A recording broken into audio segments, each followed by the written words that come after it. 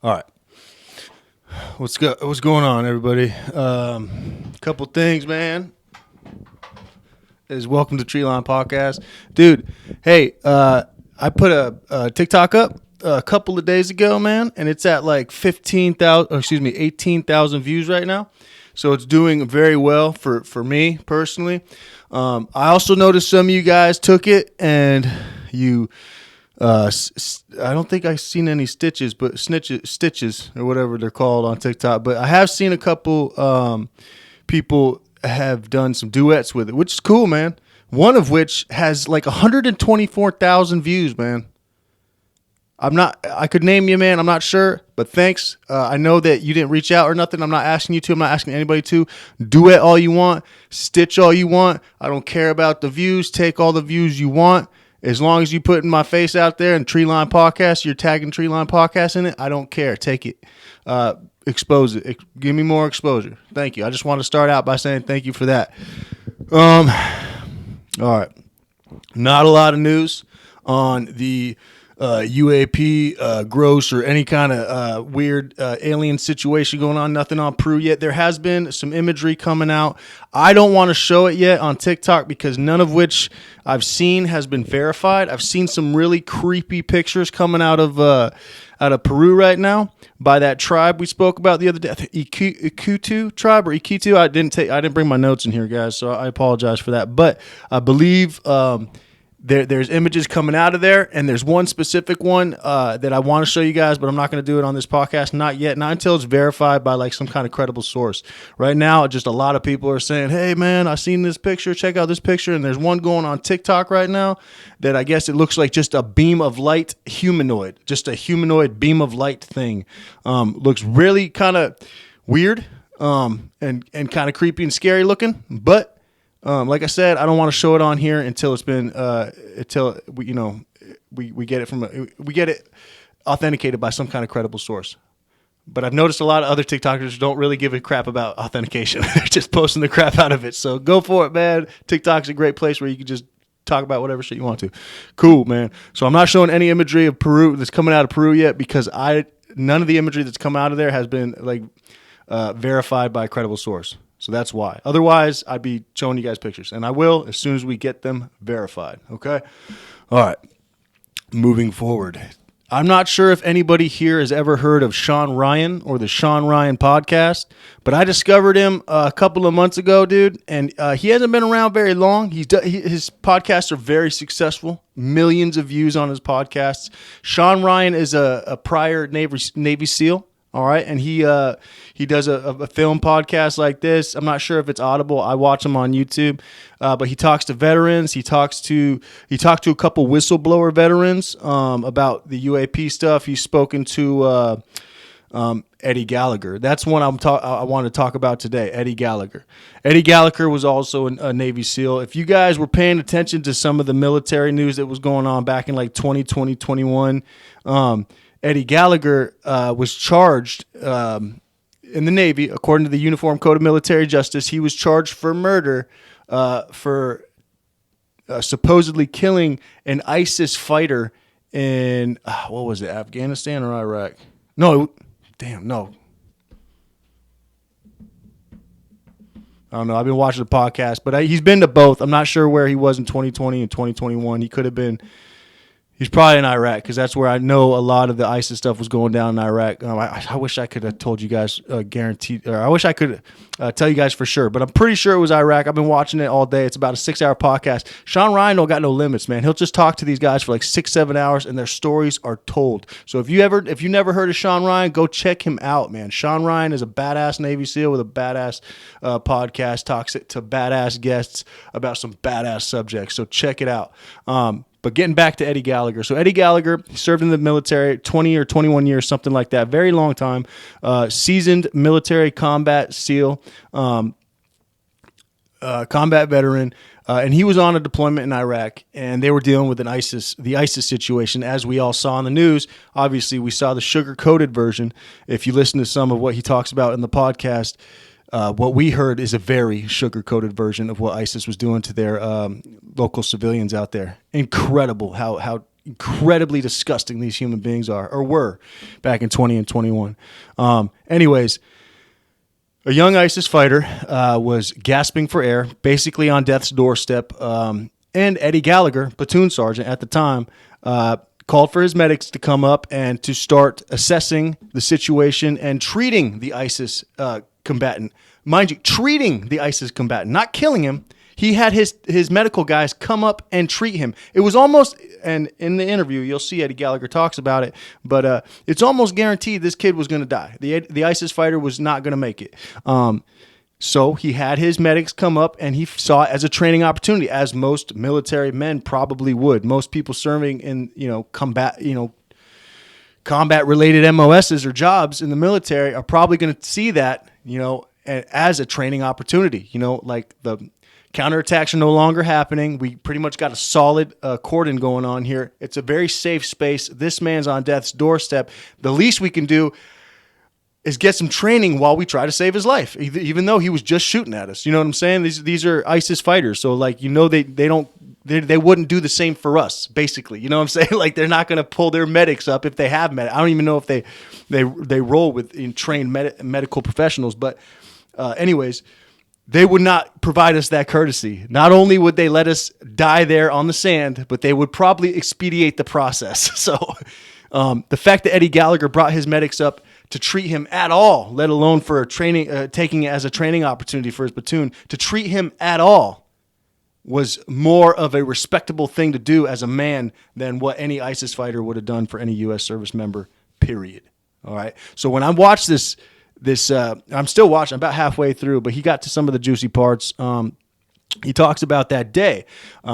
He performed a crike, all right, a criciotomy right here, where you kind of open up the airway here, and so in case something's blocking the airway and you can't get air down into your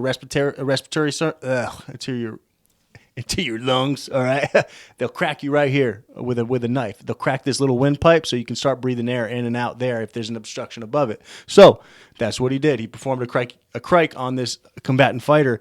And then later on, stateside, after the deployment, some of his not so good faithed, not such great attitude young SEALs in his platoon did not like him very much. They were not very fond of him, and they went to NCIS, and they said that Eddie Gallagher stabbed the combatant in the throat, the ISIS combatant in the throat, stabbed him in the side, stabbed him in the chest. All these crazy allegations, man. And but he performed a criciotomy, and then he did take the knife, however, and performed a dead check afterwards to confirm that the ISIS fighter was dead. And if anybody has served here, we know what a dead check is, right? It's either a sternum rub or it's an eye flick, right? Some people do a little nut tap a guy in the nuts or something, right? Eddie Gallagher used a knife point and just stuck the knife point in the side to see if you get a reaction or if there was any stimuli left inside this ISIS fighter. Literally checking to see if he was still alive before confirming this man was dead, right? Doing this man another courtesy, right? Instead of just leaving them out in the desert or whatever, not knowing if they were going to survive or not, to come to possibly later and survive and just be in a shitty situation by himself, right? Instead, he provided that courtesy to that ISIS fighter by confirming the ISIS fighter was, in fact, no longer alive, right? By using the tip of his knife as a stimulant to try to, a dead check. So when I say like a nut tap or like an eye tap or for example, like what Eddie Gallagher did, the knife tip, even if you're unconscious and someone flicks you in the eye, your eye's going to twitch. There's still going to be a response, okay? That's how we can know you're alive almost quickly, right? We don't have to stop what we're doing, get your pulse or nothing. We do a quick eye flick, you're alive, right? Dead check completed, you're alive, right? Same thing with a nut check. If someone's dead on the ground or fake dying, for example, or not really dead, a good way to check that is you just give them a quick little tap in the nuts. Not a lot of men can hold fucking still getting tapped in the nuts. It's just, you're going to get a reaction out of a living, breathing human being. And same thing with a knife point, right? If you're unconscious, right, and someone kind of just touches you with a knife, your body's going to react to it. It's just your body naturally reacts while it's whether you're conscious or not. Same thing with like capillary refill, right? For those in the medical field, when we check to see if somebody has good blood flow in their body or whatever the case is, good blood circulation in their body, we'll do a check. We'll check the capillary refill. We'll squeeze the tip of the finger. It goes white and turns red again. That way we know the blood is circulating properly, and the capillary refill is taking place, going from white to red, right? Quick and easy little check, little capillary refill check. Same thing with dead checks. The whole point of them is when you're moving and you're moving quick on the battlefield, it's a quick and easy way to check and make sure combatants are dead without holding up a process, holding up a movement, or whatever the case may be. It's a quick and easy way to do a dead check. I've heard stories of people doing dead checks, and I can't confirm these stories. Obviously, they're horror stories or ghost stories or legends of crazy badass Vietnam vets, or I'm not sure if they did this in World War II, but I've heard stories in Vietnam where like badasses would come up and their dead check would be just double tap to the head. They're just going through buildings and they see a dead body, pop, pop, just put 2 in them. That's a dead check. But that's not reality. You can't do that now. That right there is murder, right? Like in today's day and age, we can't perform dead checks by just making someone dead. Okay, it's just not how it rolls. So Eddie Gallagher, right, performed a dead check with the tip of his knife and confirmed the ISIS fighter was dead, and went on about his day, went on about his deployment, went on about coming back home, and then was going back through their admin phase of coming home, and NCIS scooped him up. Why? Because some of these guys that were in his platoon, made up these crazy stories because they didn't like the guy. And it sucks because Eddie Gallagher sat in the brig, when his wife and kids were out there literally fighting tooth and nail to get this guy free. Like his wife was there with him since fucking the day that NCIS picked him up. Like his wife she's a rock, dude. I don't know the chick's name, but all I know is that she really freaking did everything she could for that guy, and now he's a free man. Anyways, how long am I going? God, I'm going too long. I really got excited about this podcast I watched today. Eddie Gallagher seems like a badass Navy SEAL. Even Trump came to his defense during his trial, during his court martial, and he won. He got exonerated of all the charges, and there were murder charges. There were like other petty charges that it seems like. Listen, man, let me tell you something about NCIS, dude. I don't want to tell you much about my story. Those of you that know me, and those of you that don't, maybe one day you will. But for now, let me tell you something about NCIS, man. They will throw every freaking thing at the wall just to see what sticks. They will do anything they can to get a W in the courtroom. They don't give a shit if you're innocent, dude. They don't care. They don't care. NCIS guys, man, I don't care if you watch this, man. I don't care if you like me or not, dude. I'll tell you right now, dude, from personal experience, you guys don't care about, the well-being of good, innocent service members, dude. You don't give a shit. If you get a case across your desk, man, I guarantee you're going to fucking, excuse my language, you're going to find everything you can possibly wrong with that service member and throw it at the wall to see if it sticks. Because that's your job. And I get it, man. Your job is to fuck over everybody else. So, look, man, NCIS, also, I don't want to call out them. Fuck it. Prosecutors, military prosecutors, same fucking thing, man.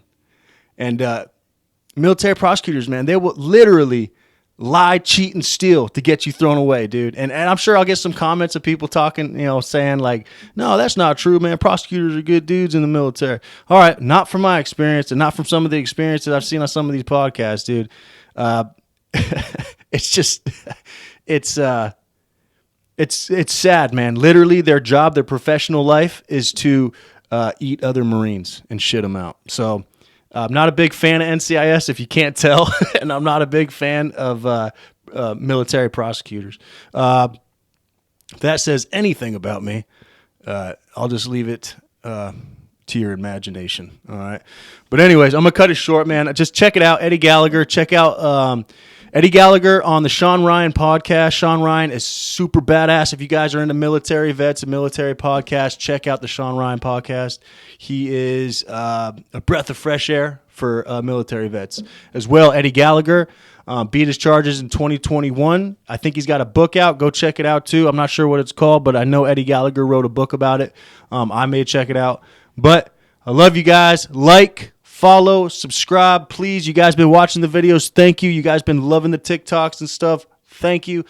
Keep duetting the TikTok. Stitch them if you want to. Let me play for 10, 15 seconds, and then you take 10 or 15 seconds and rebut what I say, or I don't know, affirm what I say, or whatever. Talk to me, man, if you want. If you guys want a lot, whatever. We'll go from there. I love you guys. Like, follow, subscribe. Keep duetting. Keep stitching on TikTok, and keep it real. I love you guys. Later.